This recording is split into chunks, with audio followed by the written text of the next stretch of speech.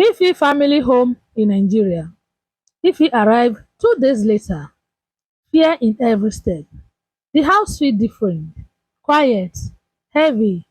Inside, her father sits on the sofa, looking weaker than she has ever seen him. Not broken, not defeated, just tired. For the first time in her life, he looks old. Tears immediately fill her eyes. Ife said, "Daddy." Her father smiled gently. The father said, "Look at you. The whole world is chasing you now." Ife kneels beside him and said, "What happened?" The doctor had diagnosed a heart condition, not life-threatening, but serious enough to require surgery. Suddenly, all the award, all the conference, all the invitation feel small. At Oxford University, Obinna walks through the historic campus, ancient building, brilliant mind, endless possibilities, everything he once dreamed about. His phone vibrates. Iffy. The moment he hears her voice, he knows something is wrong. Obinna said, "What happened?" And for the first time in years, Iffy broke down completely. They both made a video call at night. Iffy cries, not as a leader, not as an award winner, not as a global fellow, just as a daughter. Obinna listens quietly, patiently. When she finishes, he speaks. Obinna said, "Your father is strong." Iffy wiped her tears. Obinna said, "And he has raised a strong daughter too." Iffy smiled weakly and said, "I'm scared." Obinna nodded and said, "I know. Courage is not the absence of fear. Courage is moving forward while afraid." At the family house in the evening, doctors discussed treatment plan, recovery timeline, expense, procedure. If you listen carefully, then quietly ask, "When is the surgery?" The answer changes everything. 3 weeks. The same week, she is expected in New York for the United Nations program. The same week, one opportunity, one family crisis, one impossible choice. At the family compound, Ify sits beside her father, watching the sun disappear, just like she did as a child. For a long time, neither speak. Then her father breaks the silence. The father said, "You want to stay?" Ify nodded and said, "Of course." Her father smiled and said, "And you want to go to New York?" Ify lowered her eyes and said, "Yes." Her father nodded, then said something she will never forget. The father said, "A good parent spend their lives opening doors for their children." He gently takes her hand and said, "Don't make me watch you close one because of me." Ify begins crying because this is exactly what she expected him to say and exactly what she didn't want to hear. True love often put another person's future ahead of his own comfort.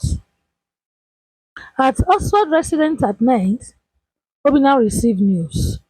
An opportunity, a prestigious research team want him. But it comes with a condition, a 6 month assignment in the United Kingdom. New York. Obinna stare at the email, then laugh. Because life has a strange sense of humor. A video call late at night, Obinna and Ify sit quietly, both exhausted, both carrying enormous dissection. Obinna said, "Can I tell you something?" Ify said, "Always." Obinna smiled. He said, "I got offered a temporary assignment in New York." Ify freeze and said, "What?" Obinna said, 6 months.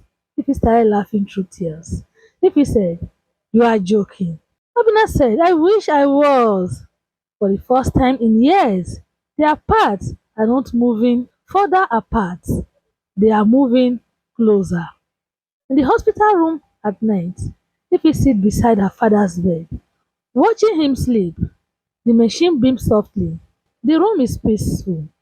Then her father slowly opened his eyes. The father said, "Ify." Ify said, "Yes, daddy." He smiles. and said, "Promise me something." If he said anything, his voice is weak but steady. The father said, "No matter how successful you become, don't forget that happiness is always a goal." If he holds his hand tightly and nod outside the hospital window, the future waits. New York, Oxford, United Nations, a growing love, and challenges still unseen. Many people spend their lives chasing success and accidentally run past happiness. Learn to value both. At the hospital waiting room in the morning, the surgery door closed. Ify watches her father being wheeled away. Her mother stands beside her, holding back tears. For the first time since she was little, Ify feels helpless. No leadership title can help, no award can help, no success can help right now. She is simply a doctor praying for her father. Life has a way of reminding us what truly matters. At the hospital waiting area hours later, the clock ticks slowly. Every minute feels like an hour. Family members sit quietly, some praying, some person, some crying. If he cannot sit still, she walked back and forth, back and forth, back and forth. Her phone rings. Obina. Obina said, "How is it going?" If his voice shaking. If he said, "They are still inside." Obina said, "I am praying for him." If he closes her eyes and says, "Thank you." At United Nations office, an official sent Ify a message. Final confirmation. Reporting date 14 days. The opportunity of a lifetime. Yet she barely noticed. Because some days family becomes the entire world. There are seasons when achievements matter most. There are seasons when presence matter most. At the research center, Obinna received his official New York assignment. 6 months, beginning soon. His colleagues celebrate. But Obinna thought her elsewhere, on a hospital waiting room, thousands of miles away. On Ify, on her family, on the family that welcomed him long before they ever called him family. At the hospital waiting room in the evening, the surgery door finally opened. Everyone stand immediately. The surgeon walks out. The room falls silent. If his heart pounds, the surgeon said, "The surgery is complete." Nobody breathes. Then the surgeon said, "And it was successful." The room erupts. Tears, prayer, relief, laughter. If he immediately break down crying, months of fear released at once. Her mother hugged her tightly. For a moment, everything felt okay again. At the hospital room at night, her father is awake, weak, tired, but smiling. Family surround him. The father said, "Why is everybody looking at me like that?" Everyone laughed. The tension finally broken. If he squeezed his hand and said, "Because you scared us." Her father smiled. The father said, "I'm too stubborn to leave yet." Laughter filled the room again. Some victory are not triumph. Some victory are simply getting another day with the people you love. At the hospital parking lot late at night, if he step outside, needing fresh air, needing a moment alone, she calls Obinna. The moment he answers, she is smiling. If he said, "The surgery works." Obinna closes his eyes, relief. Obinna said, "Thank God." For a few minutes, everything feels perfect. Then another call comes through. Unknown number. If he ignores it, the phone rings again and again. Obinna noticed. Obinna said, "Maybe you should answer." If he sighed and accept the call. The voice on the other hand is serious, urgent, professional. The caller said, "If he Okafor." If he said, "If he's speaking." The caller said, I'm calling from the United Nations Global Future Leader Program. Ife smiled and said, yes. Then the caller continued, and her smile disappeared. The caller said, there has been a major change to your assignment. Ife froze. The caller said, you are no longer being assigned to New York. There was silence. Ife said, what? The caller said, a leadership vacancy has opened unexpectedly. You are being reassigned immediately. If his heart begin racing, if he said where, the answer changes everything. The caller said Nairobi, Kenya, for 2 years. There was silence, complete silence, because Obina New York assignments, her UN placements, their chance to finally live in the same city, gone in one sentence. At the hospital corridor at night, if he slowly lowered the phone, Obina's voice come through. Obina said, Ife, she cannot speak. Obina said, Ife, what is wrong? Tears fill her eyes. Not because she is ungrateful, not because Nairobi is bad, but because after years of waiting, fate has finally brought them together, only to separate them again. Ife said, they change it. Obina said, change what? Ife closes her eyes and says, everything. A recovering father, a relieving family, two extraordinary opportunities, and two people once again facing the question that has followed them for years. How much can love endure? Sometimes life delays what you desire most, not to punish you, but to prepare you for it. At the hospital guest room at midnight, rain falls softly outside. If he sits alone, the Nairobi assignment letter open on her lap. 2 years.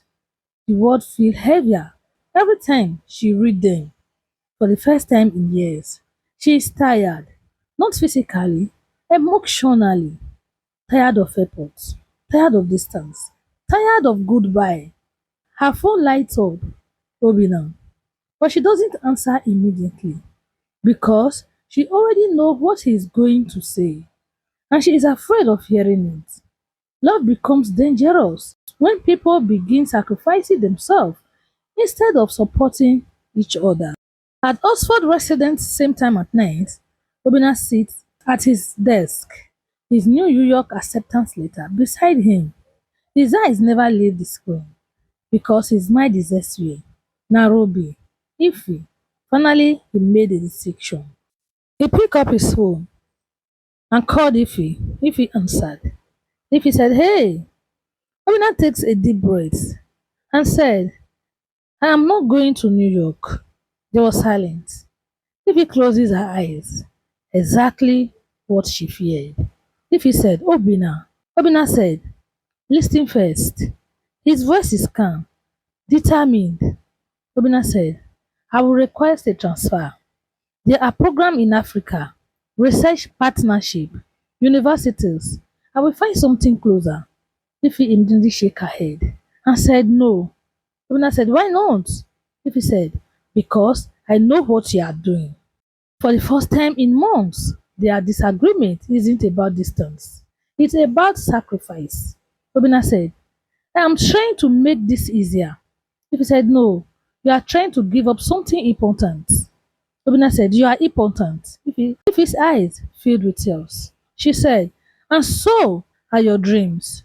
There was silence, a painful silence, because both are trying to choose the other. A healthy relationship is not built on one person sacrificing everything. It is built on two people growing together. At the hospital room in the morning, if his father is recovering stronger now, more alert, he watches Ife quietly. The father said, you and Obinna argue? Ife looked surprised and said, how did you know? Her father laughed softly and said, your face tells the whole story. She smiles, then explained everything, the transfer, the sacrifice, the argument. Her father listened carefully, then said something that changes everything. The father said, never marry someone who want less for you and never become someone who want less for them if it becomes silent because the wisdom cut straight to her heart. In Oxford courtyard, Obina walks alone, thinking. His phone rings. It's Ife's father. Obina said, Sir. Ife's father said, I heard you are planning something foolish. Obina laughed nervously and said, Ife told you?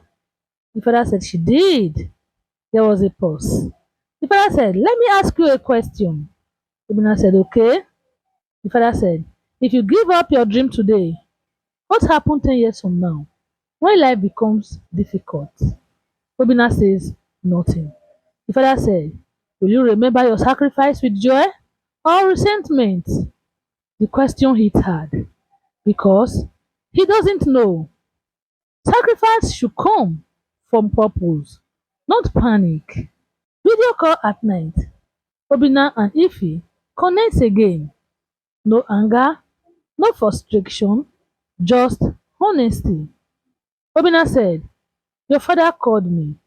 Ife laughed and said, I had a feeling he would. Both smiled. Then become serious. Obina said, Maybe we have been asking the wrong question. Ife said, What question? Obina said, We have been asking how to stop the distance. Ife listened carefully. Obina continued, Maybe we should be asking how to build a future that is worth the wait. Tears fill her eyes because after everything, they still believe. They still believe. Obina smiles and said, Go to Nairobi. Ife shakes her head and said, Go to New York. Both laughed. Obina said, Deal. Ife said, Deal. For the first time, neither is choosing between love and ambition. They are choosing both. The right person does not force you to choose between your future and your feeling. 6 months later in Nairobi, a beautiful Africa sunshine, modern building, bustling streets, endless possibility. If you step out of a UN vehicle, confident, respected, thriving, halfway across the world, Obina presents research founding in New York. Equally confident, equally thriving. Life is finally rewarding both of them. Then, if his phone vibrates, a message from Obina, a photo of a calendar, one date cycled boldly in red, July 18th. If he smiles, then read the message below. Start keeping that date free. I have something important planned. If his heart races because she knows Obina, and Obina only cycle dates when he intends to change lives. Patience is easier when there is a promise waiting at the end of the journey. In Nairobi, July 8th in the morning, the city is alive. Sunlight shines across the skyline. Traffic moves through busy streets. People rush to work. But today feels different. If he wakes up smiling, because for weeks she has been thinking about one thing. Obina, the date he cycled, the promise he made, the excitement in his voice. Something big is coming. She can feel it. The best surprise are often prepared long before they are revealed. In Nairobi airport in the morning, passengers stream through Araza. Obinna walks out carrying a small suitcase, nervous, excited, determined. Inside his jacket pocket is a small velvet box. This time, not a promise ring, something much bigger. He smiles after years of waiting, years of distance, years of sacrifice. Today is the day.